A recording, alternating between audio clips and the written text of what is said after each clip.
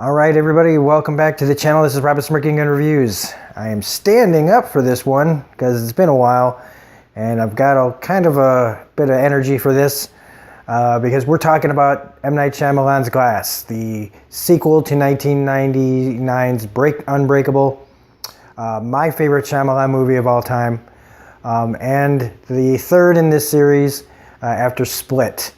Now, I heard a lot of things about this movie. And I listened to a lot of people that I respect on YouTube about what they thought of this. And I even listened to, I even checked out a couple of people's opinions that I don't always listen to, but I was more than a little nervous going into this. Because it's a January movie, and we all know what happens in January if you know movies at all these days. January is a big dumping ground for dog shit.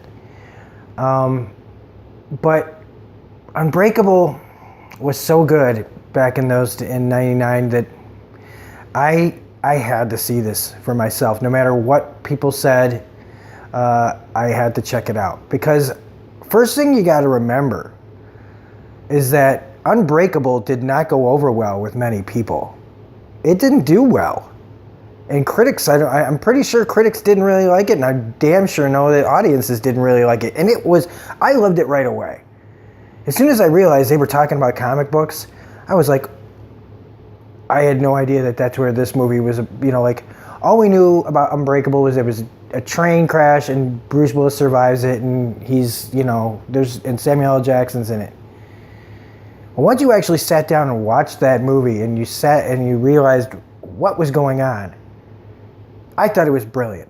But people really it polarized people because people were waiting for the next Sixth Sense, which I think this Unbreakable is better than Sixth Sense.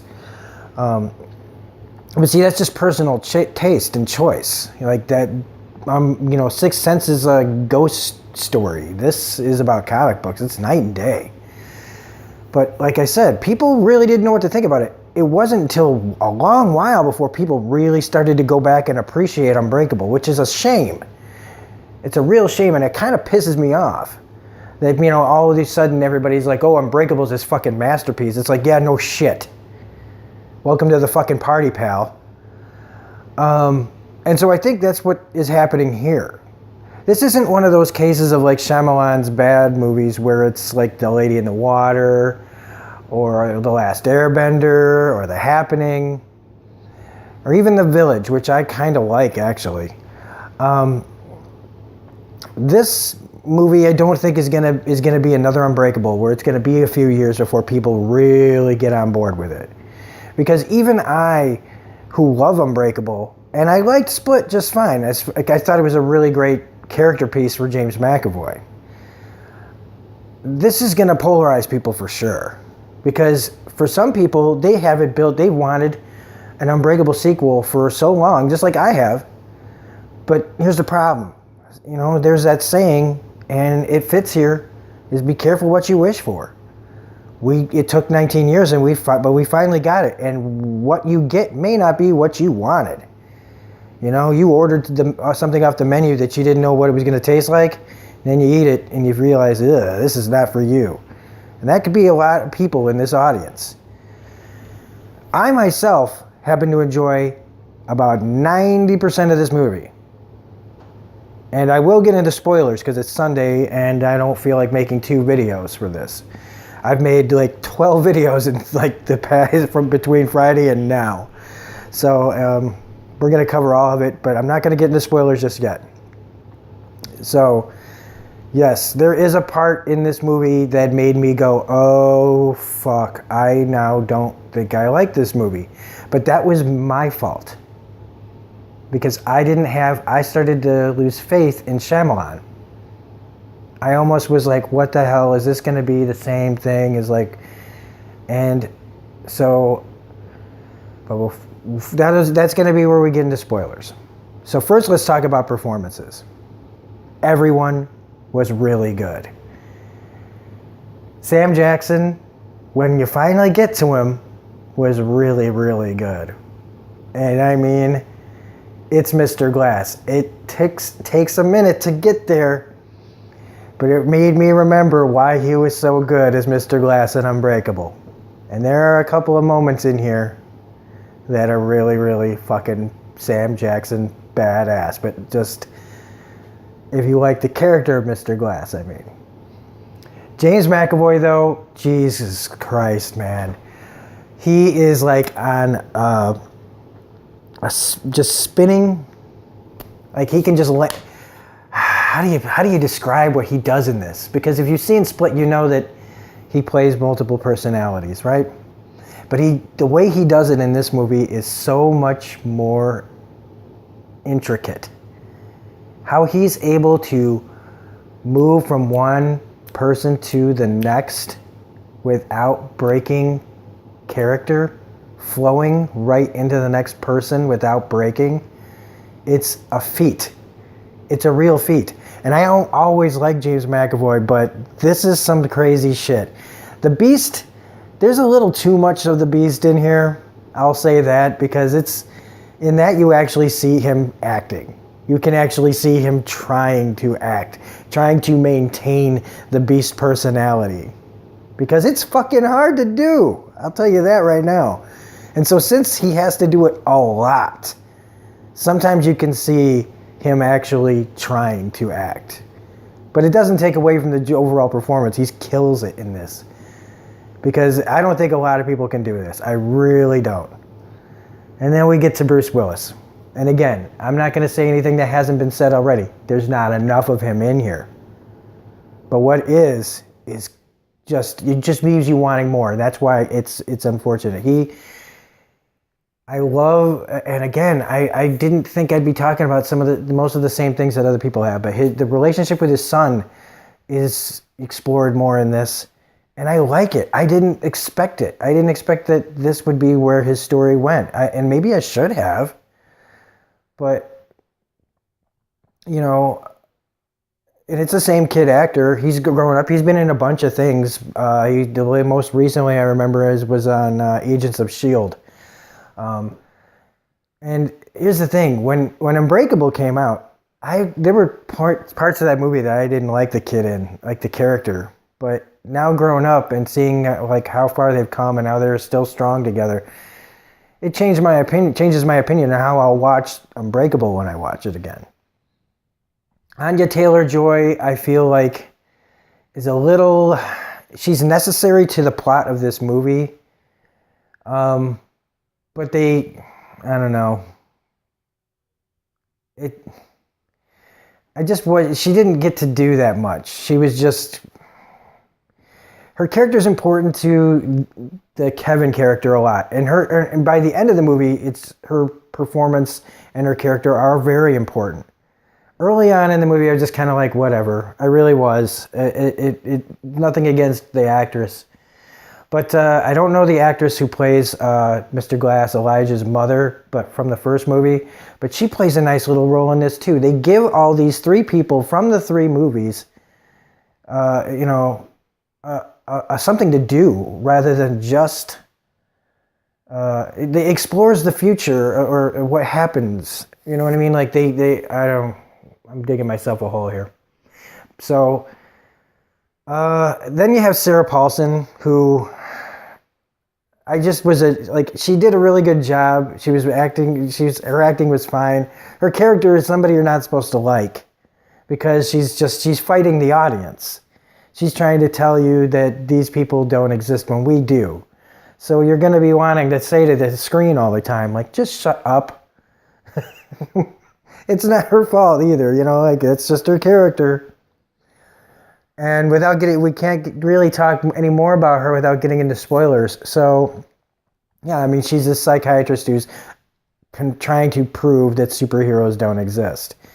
And, so there's yeah. So like I said, I loved almost all this movie. It felt like I was watching Unbreakable. It had that same feel, tone, and pacing and everything. Because some people might say this is slow, but you know what? People thought Unbreakable was slow. It's one of those things where sometimes, this is one of those movies I think that people need to get used to. Like, you have to watch it over and over again. You need to really get comfortable with it. You got to like get all the ins and outs. You got to watch every scene and listen and really pay attention to every line of dialogue. Get all the nuances out of it. And then I think some more people will appreciate this movie. And so I do highly recommend this movie. If you didn't like Unbreakable, you will not like this. If you didn't like Split, you will not like this. If you don't like M. Night Shyamalan, you're not going to like this. This isn't for everybody. I actually was surprised at how many people were in my theater. Not because M. Night Shyamalan, you know, it just didn't seem like one of those movies that would play in this big at 12:45 in the afternoon on a Sunday after a big snowstorm. I didn't think we'd have that many people in the theater, but it did. And so there is. I'm not going to talk about twists or anything until we get into spoilers, but it's worth hanging around for spoilers. If you haven't seen this and you want to see it, go see it. Then come back and start watching this video again. We're at about 11 and a half minutes almost in, and then start from like 11:20 on, and then we'll be talking spoilers and you can get the rest of this video. Okay? You've been warned. Okay, full spoilers from here on out. So, yes, like I said, 90% of this movie I enjoyed. Part of it was there was a sequence in the last part of the third act that was a punch in the gut that I didn't see coming. And I really thought, oh man, fuck this. Shyamalan, you dick. Because it felt like it was flowing the same way as Unbreakable, and then he pulled the rug out from under me. But before we get to that, let's talk about like the first part of this movie when Bruce Willis faces off with the Beast. And we get to learn what he's been doing with his son. They have a security business. And that he goes out on walks and finds criminals. Well, right now the walks are to find the Horde, played by James McAvoy, who's kidnapped 4 girls, and they're trying to figure out where she is. And so he's doing this, and the scene before he finds them, I love that Shyamalan's cameo is in here because it's the same character from Unbreakable. And I wondered if they were going to call back on it or if it was just going to be another Shyamalan cameo, but they really went for it. And they were like, yeah, don't I know you? Yeah, 15 years ago. I used to, you used to work at the college and I used to hang out with some bad people and I turned my life around. And so it was cool that that character, you find out, like, even though he's it doesn't really, shouldn't mean that much, but it means something to Bruce Willis, I think. That he turned that guy's life around. But the sequence where him and the Beast fight is really great. It's really intense. I love that Bruce Willis just basically, the Beast can't handle him. He just can't. And that was really cool. But then Sarah Paulson shows up and locks them all up. And so here we begin this whole thing where slowly but surely Mr. Glass reveals that he's not like catatonic. Bruce Willis is trying to tell everybody that you need to watch, Kevin and the Horde. You got to keep, guards on him, while the Kevin and the Horde are telling, well, mostly, Hedwig is telling them that you should lock up, Bruce Willis. But I think he's saying it because he's afraid of Bruce Willis. And he should be, because it's really no match, really, in the end, except for, well, the thing that comes later with the water. And so when we finally realize that Mr. Glass has been putting on an act, which of course he was, but they don't start peeling back all the things right away. Like first, he knows that he can get out of his room. And then we find out that then he goes to talk to Kevin, the Horde. It's weird saying it because there's so many different people. And then we see that he's got everybody's, like, he's been paying attention to everything. And he's been causing problems before. Like he turned off the power or something, whatever. And so when he finally gets everything rolling and kills the one orderly and how they show how he set up that he knew that they would try to lobotomize him, and that he went into the room earlier and removed the glass from the laser. You know, all these little things that they show after the fact, I really liked. All this set up this big fight that's supposed to happen at the Osaka Tower. It's a true marvel. I like that part. That was pretty cool. Just because you couldn't help but think Marvel Comics when you read that part. So Mr. Glass's big thing is going to be having David Dunn and the Beast fight at this place like a big comic book fight to show the whole world that there are superheroes and supervillains and bad guys and blah, blah, blah. So him and the Beast go through the tunnels underneath while David proceeds to knock down the frickin' metal door in his room. And we eventually all get outside where there's the big standoff. And I went to myself, this is where it's happening. They're never going to make it to that building. This is where it's all supposed to go down. And I had it. I had the plan. I figured it out. I didn't know all the ins and outs, but I was like, nope, they're not going to that building. They're not blowing anything up. But I didn't quite get all the way there. And that was the part that really satisfied me, was I'm glad that the movie tricked me into thinking I knew more than I knew. Because once the Beast and David start fighting, I thought, oh shit, Beast is going to kill David, once they hit the water. But I mean, right before that, we should talk about how David's son finds out what really happened to Kevin's dad. That if you watch Split, there was this whole thing about, what happened to Kevin's dad, that he just took off on him. And what you find out is that Kevin's dad did not just run off on him. What happened was he was on the same train that was derailed in Unbreakable, where Bruce Willis was the only survivor. Now, if you haven't seen Split, that really doesn't mean that much to you, but it's a big thing for Kevin's character.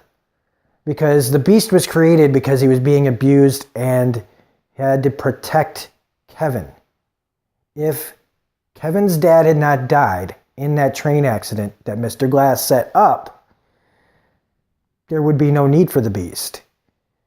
And so this is where Mr. Glass looks like it's all falling apart. And he gets fucked up bad. I mean, it almost sounded like he was shattering when Beast hit him, and then he kind of falls out of his chair.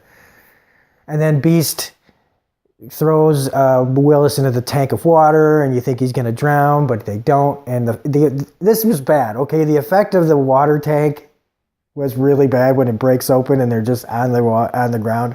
That looked really terrible, but I forgot, I even said it out loud. I was like, man, that's fake. But it's okay. It's a small, minor offense in an otherwise pretty good movie. But then I got gut punched. I got gut punched hard. Because not only, fine, Mr. Glass is down for the count. He's probably dying. He's older. He's broken too many bones. His mother's over him. But then Anna Taylor-Joy, her character, Casey, Beast is about to run off. He says, we're going to do this in front of that building. And he starts to take off, and she stops him and she talks to him, and she gets Kevin to come out. And then they shoot Kevin with a sniper rifle, and he goes down. And so Casey's there comforting him as Kevin comes out for the last time. And Kevin dies. The Horde is dead. And now Mr. Glass is dying on the ground, and David is trying to recover from almost drowning. And then the guards pull David over to the puddle and begin to drown him. And this is when I went, Sarah Paulson's character comes up to David while he's drowning. It says, hold my hand. And I don't know why she did this to him, except she wanted to make him understand why he was about to die. Which is, I guess, what kind of comfort is that? That's fucked up. Except they wanted to get that point across. Like they wanted to have some cool reveal to Sarah Paulson's real intentions here. And it's that there's this society, secret society, whatever, of people that they don't want superheroes. They don't want us to, they think superheroes and supervillains will screw up the world. And that may be. And it suddenly turned into this Christopher Nolan, realistic Dark Knight trilogy in my head, Watchmen in my head, what would it be like if there were really superheroes movie? And it really bothered me because it just felt like some people called it unearned. It was like, what? You're going to kill all of these people, and it's all been like this whole thing that to keep superheroes from rising so that the world doesn't devolve into chaos with superhero fights like in the comic books. And while on the one hand, I understand that, it's not a very satisfying or entertaining ending for a movie like this. And it just made me just kind of sad that this was how it was going to end. And I got kind of upset. And I feel better now. I feel better now because something about that ending kind of works, because it's just like, holy shit, it got dark. And I can appreciate that. But it makes sense. At least these people weren't doing it out of malice. They don't want to kill people. She said she wouldn't have bothered with David if the Horde hadn't come. But then, just when I think, because she goes and says, we're going to go to the next city, we're going to do it again. And then she realizes, she hears these two guys talking about how the real plan from the villain is never revealed. And it pops into her head. And we find out that Mr. Glass filmed everything already and downloaded it and sent it off to the computers of David, Casey, and his mother. All so that the proof was already out there, because Sarah Paulson thought she destroyed all the video evidence. Except Mr. Glass was one step ahead of her, and he already sent it out. And so the kids and Mr. Glass's mother post it to everyone around the world, so that it's all out there. And Sarah Paulson screams, and Mr. Glass wins. And it meant his life and David's and Kevin's. But now, like they said, we're lighting the fire.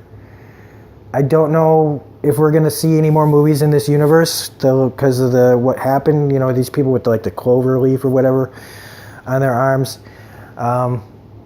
Because now you've killed the three main characters. So unless they plan on rebooting it, I think it's an interesting thing. There's going to be people on Nerdist and IGN going, will they make another one? I don't know. But I kind of think that they should just leave it alone. And maybe this was M. Night Shyamalan's way out. For all those people that have been bugging him to make an Unbreakable sequel forever. Now he can go, all right, you got it. Now can I make other movies again? Now that he's got some good faith back. So anyway, I love that Mr. Glass still wins. Just like at the end of Unbreakable, when he reveals his real situation. The same thing happened here, and I didn't see it coming, and I loved it. And so, right now, this is the best movie of 2019, and it did not disappoint me. And I know that some people, this, like I said, is polarizing. But I'm glad I went and saw it. And I don't need to see it again at the theater, but I will definitely be buying it on Blu-ray. So, like I said, if you go into this thinking that you just want your typical, if you've gotten this far, you've seen it.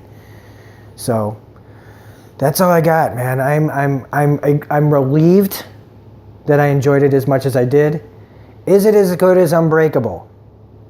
I don't know. Nah, not really. Close.